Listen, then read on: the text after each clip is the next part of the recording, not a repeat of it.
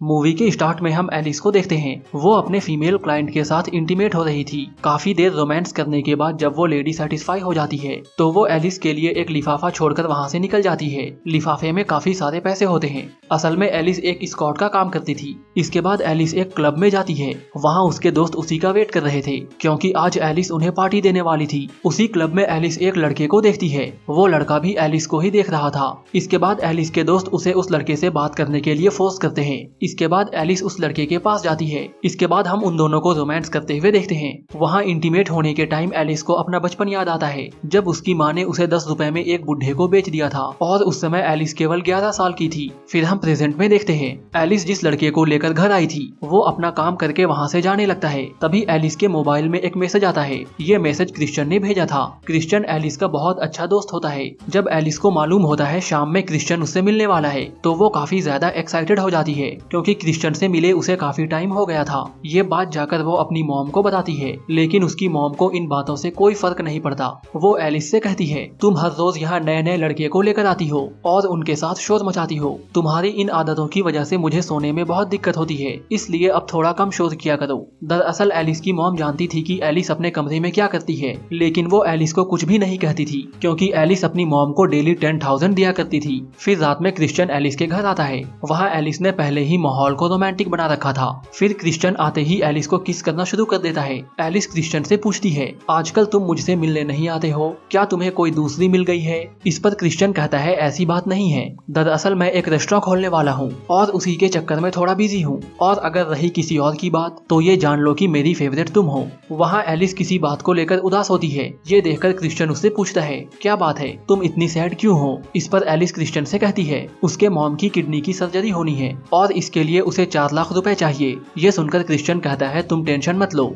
Next week तक मैं तुम्हारे अकाउंट में पैसे डाल दूंगा। ये सुनते ही एलिस मुस्कुराने लगती है। इसके बाद दोनों बिना डिनर किए ही एक दूसरे के साथ लग जाते हैं। फिर एक बार एलिस अपने दोस्त मिचेल के साथ एक स्ट्रिप क्लब में जाती है। वहाँ लड़के चड्डी पहनकर लड़कियों को अपने जलवे दिखा रहे थे। वहाँ एलिस की मुलाकात नील से होती है। नील एलिस से पूछता है तुम क्या करती हो? एलिस उससे कहती है वही जो तुम करते हो, लेकिन मेरे पैसे काफी ज्यादा हैं। ये सुनते ही नील अपना प्राइवेट पार्ट निकालकर एलिस को दिखाता है। एलिस ने अपने पूरे लाइफ में इतना लंबा नहीं देखा था, इसलिए ये देखकर वो काफी ज्यादा एक्साइटेड हो जाती है। इसके बाद हम दोनों को बाथरूम में घपाघप करते हुए देखते हैं। रात भर मजे लेने के बाद एलिस अपने घर आती है। उसके आते ही उसकी मॉम उससे 50,000 रुपए मांगती है। एलिस कहती है मैंने कल ही तो 10,000 दिए थे। इस पर उसकी मॉम कहती है वो पैसे मैं जुए में हार गई, अब मुझे और पैसे चाहिए। असल में एलिस की मॉम को गैम्बलिंग की आदत लग गई थी और एलिस ने क्रिश्चियन से जो 4 लाख रुपए मांगे थे वो भी एलिस ने क्रिश्चियन से झूठ बोलकर मांगे थे ताकि वो पैसे एलिस अपनी मॉम को दे सके और उसकी मॉम अपना कर्जा उतार दे। एलिस जब अपने मॉम को पैसे देने से मना करती है तो उसकी मॉम उसे थप्पड़ मारते हुए कहती है तुम्हारी हिम्मत कैसे हुई मुझे मना करने की, ये मत भूलो कि मैंने ही तुम्हें पैदा किया है। ये सुनकर एलिस कहती है हाँ मुझे पता है कि आपने ही मुझे पैदा किया है, लेकिन कौन सी माँ अपनी 11 साल की बेटी को पैसों के लिए एक बुढ़े को बेच देती है। ये कहते हुए एलिस की आंखों से आंसू आने लगते हैं। एलिस अब अपनी माँ से काफी परेशान हो गई थी क्योंकि घर के सारे खर्चे उसे ही उठाने पड़ रहे थे। इसके अलावा उसे अपनी मॉम को भी अलग से पैसे देने होते हैं और उसकी माँ उन पैसों को जुए में उड़ा देती है। एलिस के मुंह से ऐसी बातें सुनने के बाद उसकी माँ घर छोड़कर निकल जाती है। इसके बाद एलिस एक क्लब में जाती है। घर वाली बातों को वहाँ वो अपने दोस्तों से कहती है। उसके दोस्त कहते हैं चलो अच्छा हुआ, अब फाइनली तुम्हें आराम करने का मौका मिलेगा। एक दिन जिम में एलिस मार्कस से मिलती है। मार्कस एलिस का स्कूल फ्रेंड होता है। वहाँ वो मार्कस को मिचेल से मिलवाती है। वहाँ मार्कस एलिस से जॉब के बारे में पूछता है। इससे पहले कि एलिस अपने स्कॉट वाली बात कहती, मिचेल बीच में ही कहती है हम दोनों डिजिटल मार्केटिंग करते हैं। ये सुनकर मार्कस कहता है ये तो बहुत अच्छी बात है। फिर जाते हुए वो एलिस से उसका नंबर लेता है, लेकिन वहाँ पे एलिस कहीं और खोई हुई थी। ये देखकर मिचेल ही मार्कस के फोन में एलिस का नंबर सेव कर देती है। इसके बाद मार्कस वहाँ से निकल जाता है। रात में मिचेल एलिस से पूछती है मार्कस ने कॉल किया या नहीं। इस पर एलिस कहती है मार्कस उसे बार बार कॉल कर रहा है। फिर मिचेल एलिस से कहती है मुझे लगता है वो तुमसे प्यार करता है, तुम उसे एक बार चांस देकर देखो। एलिस कहती है ये सब तो ठीक है, लेकिन जब मार्कस को सच मालूम चलेगा तब क्या होगा। ये कहकर एलिस फोन काट देती है। तभी क्रिश्चियन वहाँ पहुँच जाता है। क्रिश्चियन को देखकर एलिस हैरान हो जाती है क्योंकि क्रिश्चियन तो नेक्स्ट वीक आने वाला था। वहाँ क्रिश्चियन का मूड बहुत खराब होता है। एलिस जब उससे इसकी वजह पूछती है तो वो एलिस को एक थप्पड़ मार देता है। फिर वो एलिस से कहता है तुम यहाँ रोज नए नए लड़कों के साथ मजे करती हो